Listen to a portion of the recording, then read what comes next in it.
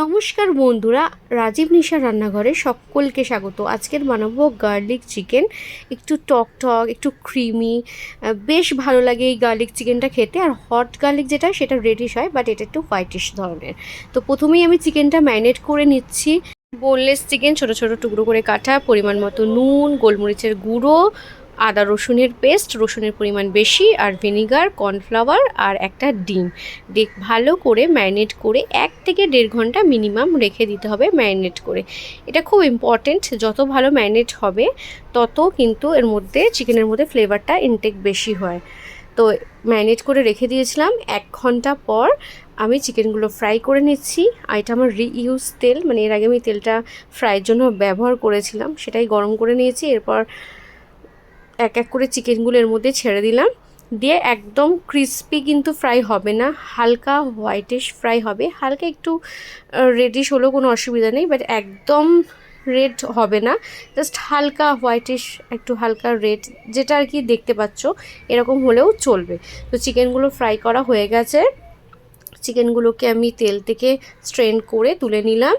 এরপর গ্রেভিটা রেডি করব। তো গ্রেভির জন্য প্রথমে যে পরিমাণ তেলটা ছিল তার থেকে তেলটা কমিয়ে নেওয়ার পর ওর মধ্যে বেশ খানিকটা রসুন কুচি দিয়ে দিলাম।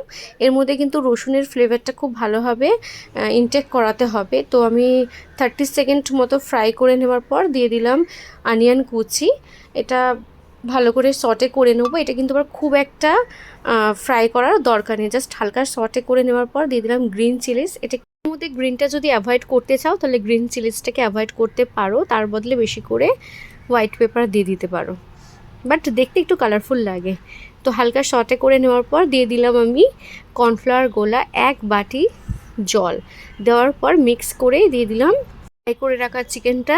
এরপর পরিমাণ মতো সল্ট দিয়ে দিলাম, আর একটুখানি ভিনিগার দিয়ে দিলাম, আর দিয়ে দিলাম হোয়াইট পেপার। পেপার পাউডার না থাকলে ব্ল্যাক পেপার পাউডারও দিতে পারো। এরপর দিয়ে দিলাম আমি চিলি ফ্লেক্স। একটু কালারফুল হওয়াও তো দরকার না হোয়াইট ডিশের মধ্যে, তো একটু গ্রিন চিলিসের গ্রিন, একটু রেডিশ, দেখতে বেশ ভালো লাগে, বাট পুরো ব্যাপারটাই কিন্তু একদম হোয়াইট ডিশই থাকবে। এরপর জাস্ট 4 মিনিটস মতো এটাকে ফুটিয়ে নিলে এমনি এটা গাঢ় হয়ে যাবে। একদম রেডি, একদম রেডি। খুবই সিম্পল আর ভীষণ টেস্টি হয়।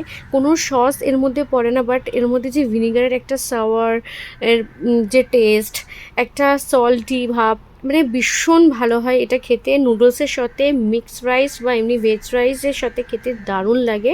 এছাড়া তোমরা পরোটা দিয়েও খেতে পারো। তো রেসিপিটা খুব সিম্পল এবং টেস্টি।